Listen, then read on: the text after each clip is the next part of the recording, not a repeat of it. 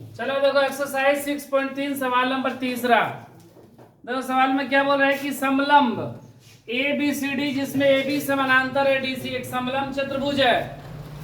समलंब चतुर्भुज किसको बोलते हैं? जिसकी दो भुजाएं समानांतर और दो भुजाएं असमानांतर हो। तो ये हो गया समलंब चतुर्भुज, मतलब ये ए बी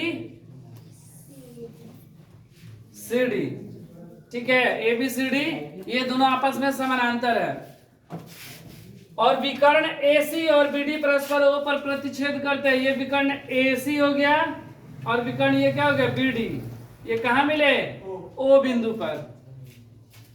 तो दो त्रिभुज की समरूपता कसौटी का प्रयोग करते दर्शाइए OA बटा में OC और OB बटा में OD। देखो याद करो ये सवाल हम लोग 6.2 में सवाल नंबर 9 बनाए थे, लेकिन इस सवाल को हम लोग बनाने के लिए वहां पर हम लोग थेल्स प्रमेय का प्रयोग किए थे। यहाँ पर ऐसे डॉट डॉट खींचे थे और थेल्स प्रमेय से बनाए थे रचना कर।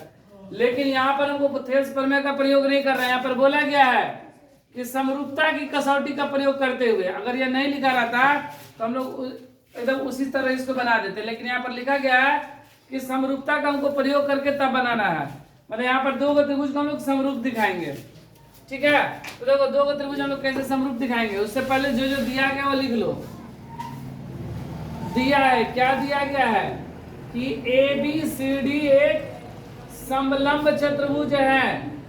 समलंब चतुर्भुज है, चतुर्भुज है। अगर त्रिभुज समलंब है तो उसकी दो भुजाएं समानांतर है, मतलब ए बी समानांतर सी डी, ए बी समानांतर डी सी। चलो ये समानांतर दिया गया है। और क्या दिया गया है कि विकर्ण इसके विकर्ण AC तथा BD, AC तथा BD O बिंदु पर प्रतिच्छेद करते हैं। O बिंदु पर प्रतिच्छेद करते हैं, प्रतिच्छेद करते हैं, यही ना। हमको क्या दिखाना है? सिद्ध करना है, सिद्ध करना है। क्या सिद्ध करना है? OA बटा में OC बराबर OB बटा में OD। तो हम लोग क्या करेंगे कि त्रिभुज को समरूप कर देंगे। एक त्रिभुज ले लेंगे AOB और COD, ये दोनों त्रिभुज को समरूप करेंगे तो हो जाएगा भुजानुपातिक आ जाएगा। तो त्रिभुज को समरूप हम लोग कैसे करेंगे? कौन कौन सा दो को त्रिभुज ले लें? तो AOB त्रिभुज AOB तथा त्रिभुज यहाँ पर AOB यहाँ से लेंगे COD। देखो ऐसे करेंगे तो देखो AO बटा में OC आ जाएगा, फिर OB बटा में OD आ जाएगा। और इसको करना भी बहुत आसान है। देखो कैसे, यहाँ पर AB और CD दो समानांतर रेखा दिया गया है ना। अगर दो रेखा समानांतर हो और उनको कोई एक तिर्यक रेखा काटती है तो उनके एकांतर कोण बराबर होते हैं। हम लोग पढ़े थे पिछले क्लास में कि दो समानांतर रेखा है और उसको कोई रेखा काटती है तो उनके ये कोण आपस में बराबर होते हैं, जिसको एकांतर कोण बोलते हैं। तो यहाँ पर देखो AB और CD क्या है?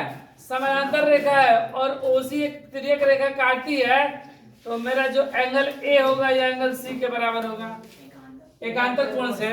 उसी तरह AB रेखा और DC रेखा समानांतर है, तो ये जो B है वह इस D के बराबर हो जाएगा एकांतर कोण से। तो AA समरूपता से समरूप, नहीं तो फिर ये भी कोण आपस में बराबर है, शीर्षाभिमुख कोण तीनों एंगल A हो जाएगा। तो देखो इन दोनों त्रिभुज को करेंगे, उससे पहले हम लोग पहले लिख दे रहे हैं कैसे बराबर है। यहाँ पर लिखेंगे AB समानांतर CD, AB समानांतर CD तथा AC तिर्यक रेखा है, तिर्यक रेखा है, इसलिए कोण BAO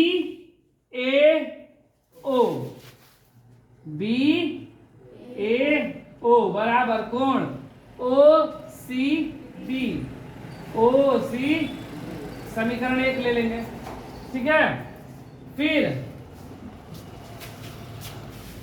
फिर ए बी समानांतर सी डी।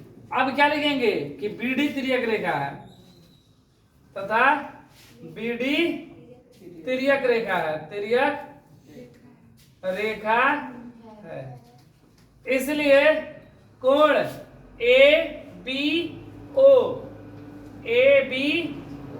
बराबर कोण ओ डी सी, समीकरण 2 हो गया ना। अब हम लोग त्रिभुज लेंगे जो समरूप करना है, ये वाला त्रिभुज ना, त्रिभुज ए ओ बी तथा त्रिभुज सी ओ डी में, इन दोनों में देखा जाए तो कोण बी ए ओ, देखो यहां से शुरू कर रहे हैं, बी ए तथा नहीं बराबर कोण बी ए ओ, तो डी सी ओ, देखो बी ए ओ डी सी ओ, कहां से? समीकरण 1 से, है ना। और समीकरण 2 क्या है? कोण ए बी ओ है ना, ए बी,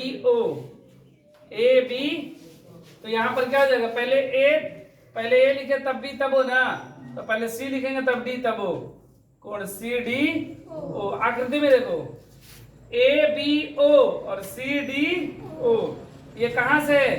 समीकरण 2 से, समीकरण 2 से। तो क्या हो गया? ए समरूपता से त्रिभुज ए ओ बी समरूप त्रिभुज सी ओ डी, त्रिभुज समरूप। त्रिभुज समरूप तो भुजा समानुपाती, तो भुजा समानुपाती हो जाएगा, यहाँ पर हम समानुपाती कर दे रहे हैं, ठीक है, भुजा समानुपाती। तो क्या हो जाएगा? ए ओ बटा में सी ओ बराबर ओ बी बटा में